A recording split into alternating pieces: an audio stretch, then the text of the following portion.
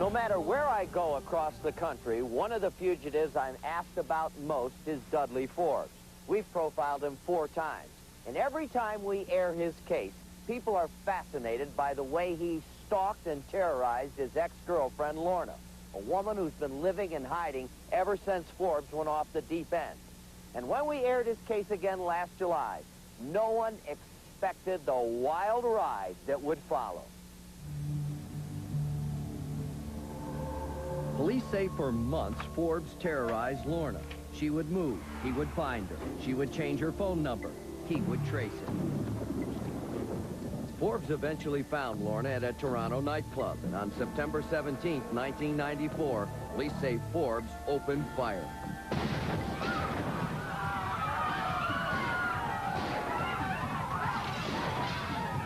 I blame myself. I mean, there were 2 people died. 7 people were injured. And I don't know when he's going to strike again, and I don't want anyone else to get hurt. We gave viewers the best clues we had on Forbes.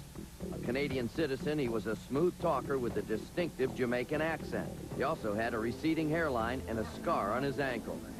When we last aired the segment, longtime viewer M.J. Wilson was at home in Providence, Rhode Island, watching the show with her husband. M.J. was moved by Lorna's tragic story. He was just so callous, didn't care. I felt sorry for the woman that was his ex-girlfriend and how scared she was because he hadn't gotten caught and he was out on the loose.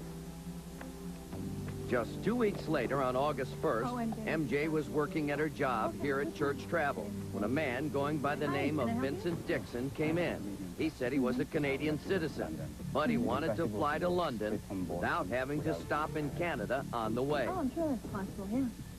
I can help you with that. Why don't you come over and have a seat? Dixon spoke with a Jamaican accent and was very polite. MJ felt there was something strange about him. Something just didn't sit right, because when he was sitting at my desk, he was very edgy, which I thought was very weird. He asked me if I was married. He looked at the pictures of my children. He asked me if I was happy. I just found these very weird questions from a stranger that I didn't even know. So you just let me know if there's anything else I can help you with? I'll let you know. Thank you very much. Okay. Hey, what's the matter? There's something about that guy. It's like I know him from somewhere. Something hit me. Oh, my God. And I remember on the profile of Dudley Forbes in America's Most Wanted that he was from Toronto and lived in Canada. So all this just fit into place. It just hit me. He just fits the profile of that guy, you know? I mean, Jamaican accent. He's from Canada. He wanted a one-way ticket. I mean, there are just too many similarities. I was very apprehensive about calling the police. Thought about it all weekend. Finally, I said, that's it. You're right. I'm going to call him. I got to call. I had also seen the episode with Dudley Vincent Forbes, and, you know, she was so adamant about it that was him that I decided to pursue it. All right, if he comes back, you page me. Punch in 911 so I know it's you. Okay. That's all you have to do. All right. When Dixon returned to Church Travel on August 6th, workers alerted Detective Drohan. What's going on? I frisked him really quick for a weapon. He just had a large amount of cash on him. I asked him if he had any identification on him. He said it was in the car. I saw from Patrolman Walker, walked him back to his car, which was parked on Orange My Street. name is Vincent Dixon, mine. Took him out of the Church Travel. We walked him around the corner. He stated that his automobile was parked over here next to that shed. It's clean. I'll check the trunk. Get your identification out of the glove compartment. What we didn't know is while he was going into the glove compartment, he had a single key on him. He was slipping into the ignition.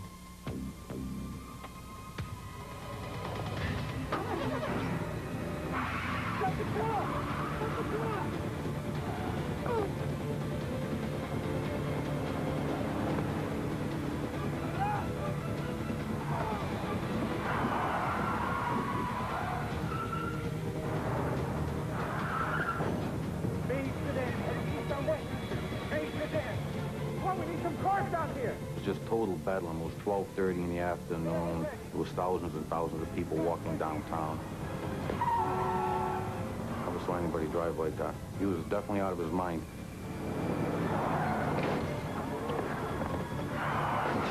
After he smashed into the 2 cars on Westminster Street, I thought we had him there. I'm calling the radio. We got him here, we got him here. And I saw the reverse lights come on. I was sick.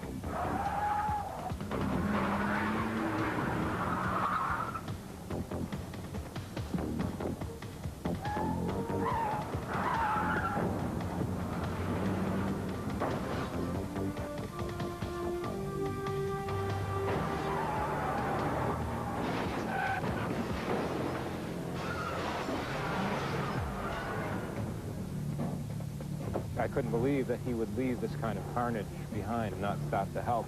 And so I got angry, and I figured other people were going to help the injured, and so I started chasing him.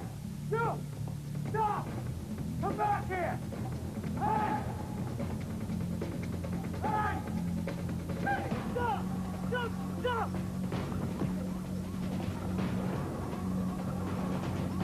For nearly a mile, Dixon fled through busy downtown Providence with both police and outraged citizens in hot pursuit. Somebody grab that guy!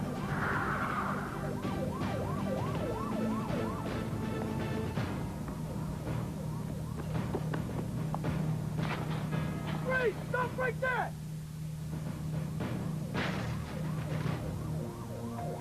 Winded and dazed from his 20-foot fall, Dixon was finally cornered by Providence police.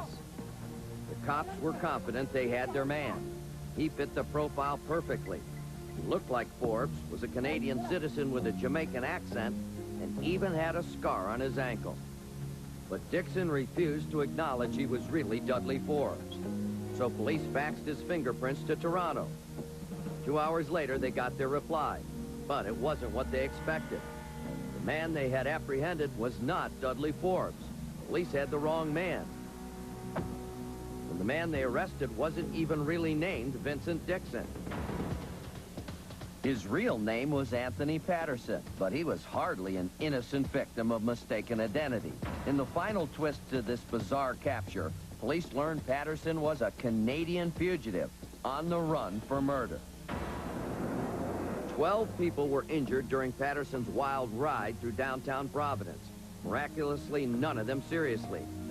And in the end, an accused murderer was behind bars.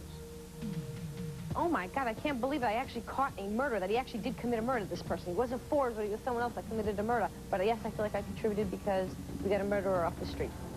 But tonight, Dudley Vincent Forbes is still out there, so let's bring him in. Forbes is soft-spoken, but has an explosive temper, which can heighten his Jamaican accent. A Canadian citizen, he often travels between Canada and the U.S. If you've seen Dudley Forbes, call our hotline, 1-800-CRIME-TV.